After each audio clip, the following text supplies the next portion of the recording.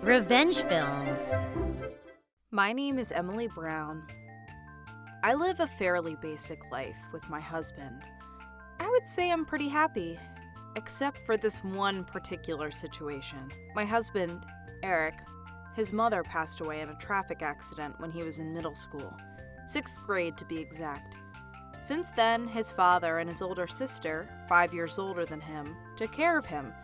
Just hearing that story alone, I thought, wow, that must be a very kind, caring family, but the truth is, I hated everything about them.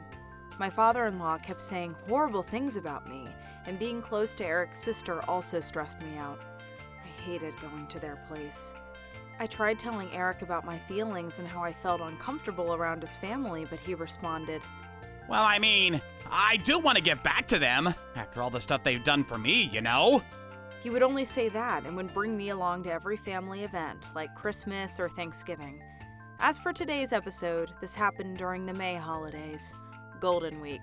We were driving to Eric's place, and the closer we got, the more stressed out I became. Eric's dad, Kevin, was the type of person who would complain about someone or something, anything he could think of, nonstop, 24/7, 365. It almost seemed like he was held at gunpoint and he would die if he stopped bad-mouthing people. He would speak poorly of me and my parents like there was no tomorrow. Eric's sister, Karen, was just like her father. She was also the type that seemed incapable of functioning if she stopped bad-mouthing everyone. It was endless when the two were together. I honestly wouldn't be surprised at all if they told me they genuinely didn't know any kind words, or kindness in general. What's worse, Eric never stood up for me in any of these situations. He was straight up useless. He would just stand there doing nothing, and each time in the car on the way back, he would say quietly, Sorry about that. I would reply back, It's fine. This would be our routine. But this year, I've had enough. During this time, my dad was fighting cancer for the 2nd time, and obviously my in-laws were aware of the situation too. My dad pulled through as he went through his 2nd chemotherapy treatment, and by this time, he had lost a lot of his hair, so he was visibly worn out. One look at him, and anybody could tell he was going through some rough treatment, but he was still doing his very best to survive. On this day, Kevin and Karen decided to pay a visit and come to the hospital. Their visit was quite uneventful, and there wasn't that much of a problem, until Kevin took out a small get-well-soon gift and passed it to my dad. When he reached out to receive the gift bag, my dad's hand briefly touched Kevin's hand. The moment his father-in-law felt that, he jumped back, slapped my dad's hand away, and recoiled in disgust. Ooh!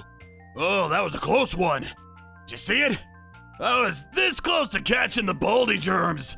He laughed as he brushed his hands off. The remark he made was so rude, childish, inappropriate, you name it. My face flushed red in anger, and I think my dad noticed I was very disturbed by what had just happened. Just when I was about to throw hands, my dad laughed softly and said, Oh, don't worry, sir. This type of baldness doesn't spread. My dad told me afterward he had heard about the two, Kevin and Karen's attitudes and how they badmouthed everyone around me.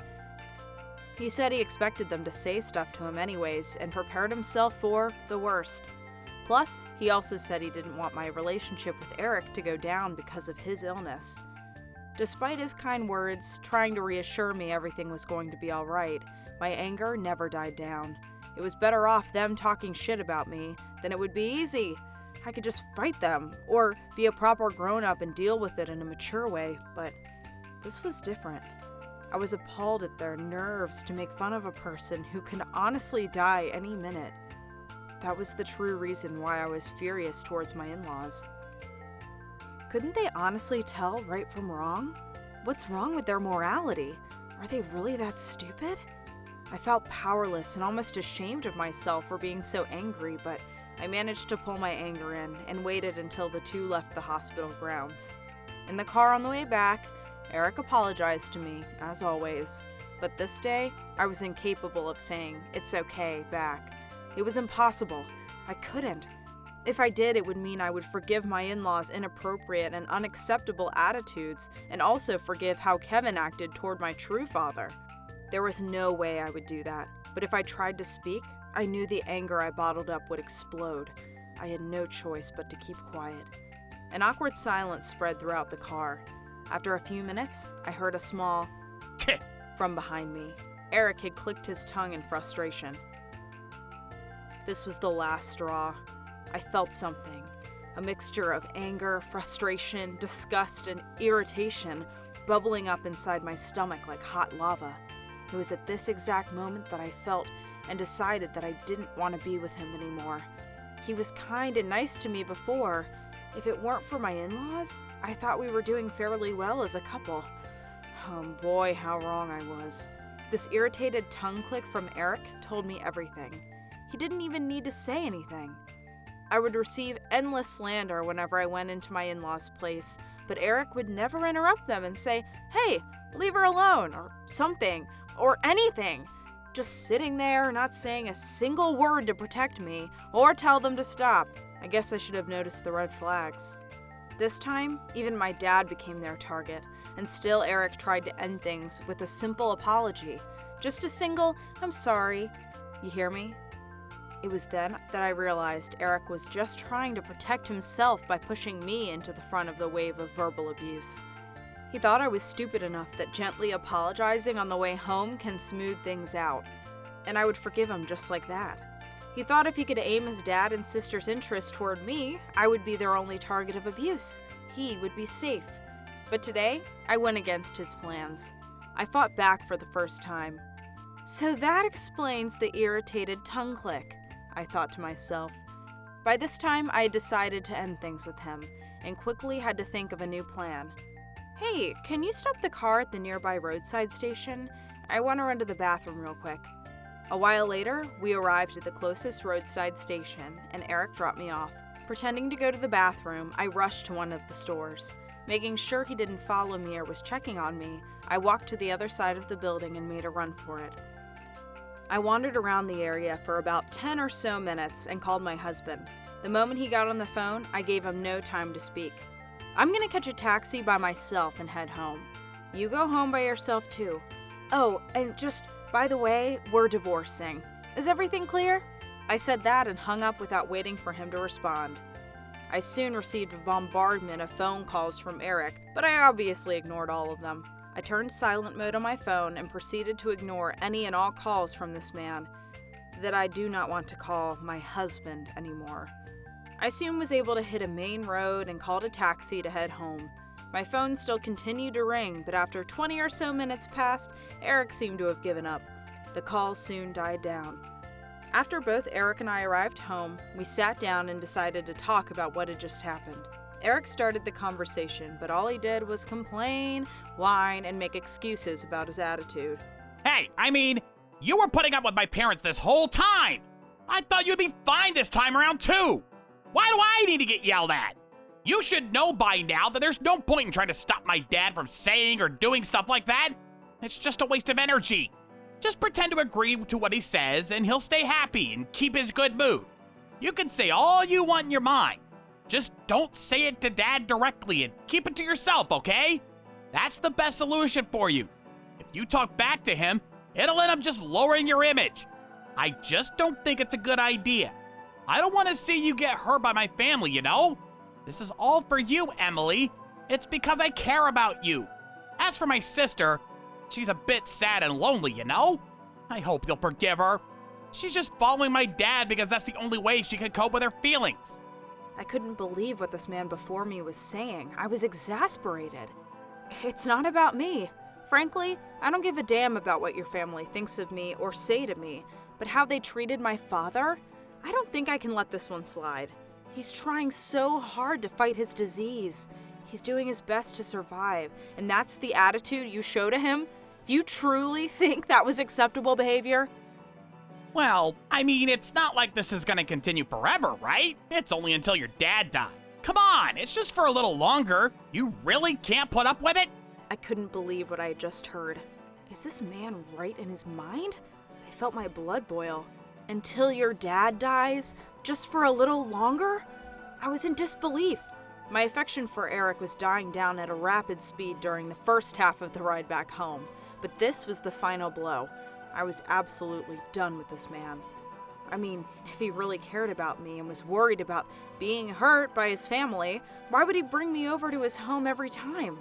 He could have just gone by himself. In the past, I did try asking him why we would always gather at his family's place whenever we had something going on. Hey, don't we always go to your place for big family events? Why don't you and your family come around to my place for once? I asked him one day.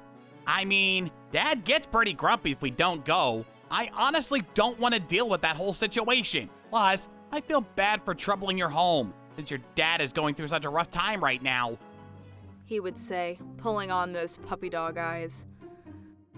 Well, yeah, thanks for being considerate, but you did end up dragging me all over the place in the end, didn't ya? Oh yeah? Fine then. I mean, in the end, you just want to save your sweet ass. You just don't care about taking care of your partner or listening to her needs. You just want me to bear all the pain that your stupid dad and sister push onto me, huh? Well, no thank you. I quickly understood that this talk was going nowhere, so I packed my bags and left for my home where my family lives. The moment I got home, I started to look for a lawyer that could support me during my divorce process. My mother said she would help too, and assisted my research. Soon enough, almost all of my relatives knew about my situation, and they were all enraged. They all chimed in to help out, and I gratefully accepted their offer. They used all their connections they each had, and I was able to meet a very nice lawyer that met my requirements. However, even after my lawyer approached Eric in a formal manner, he still argued. She put up with his remarks before. She could have just let it slide like she always did. Then this would have never happened. Despite his arguments, the lawyer firmly stated that whether people dismiss it or not, abusive language is still abusive at the end of the day. The lawyer calmly explained that the fact that Eric never tried to stop his parents verbally abusing his wife and her family can be a strong enough reason to file for divorce. It took Eric a while to process that information and understand the concerns I had about him, but in the end, I think he got the point. But the last time I saw him, he still went on with his usual claims. I mean, even I was able to put up with my dad's abusive language. He kept showering hate at me until the very end, but I retorted. I mean, you could have. You had the choice to leave him, didn't you? But you didn't. It was your choice to stay.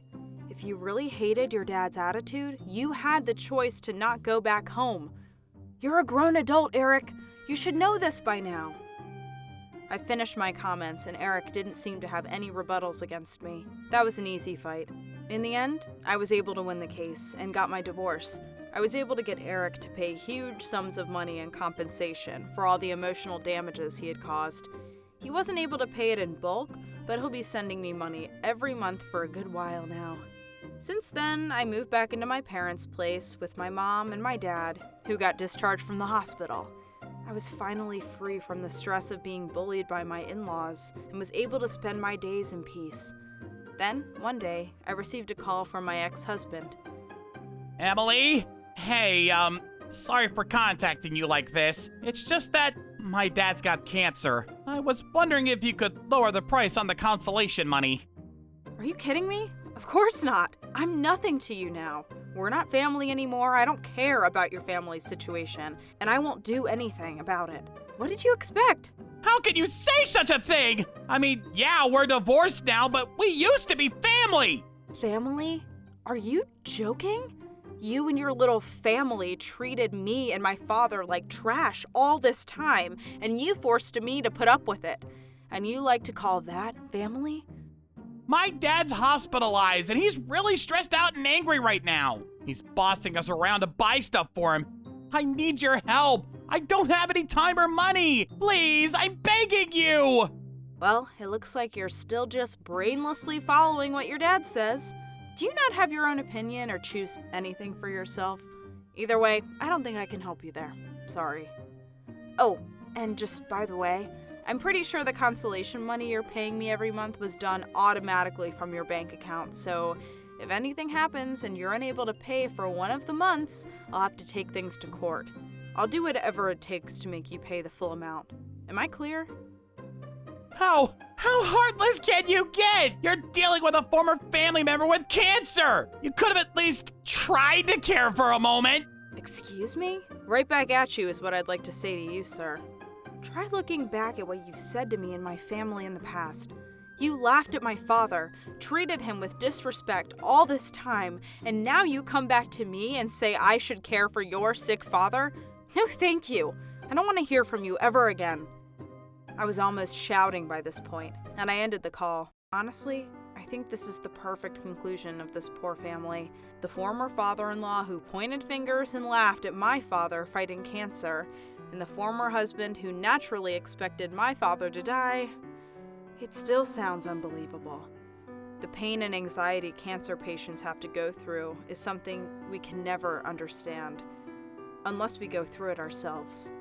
I hope this family finally understands how rough it is to worry and care for a family member that has cancer. I'll never forgive my former husband and his family, or show any sympathy or compassion. How was today's video? If you enjoyed it, please subscribe, like, and leave a comment. Stay tuned for more.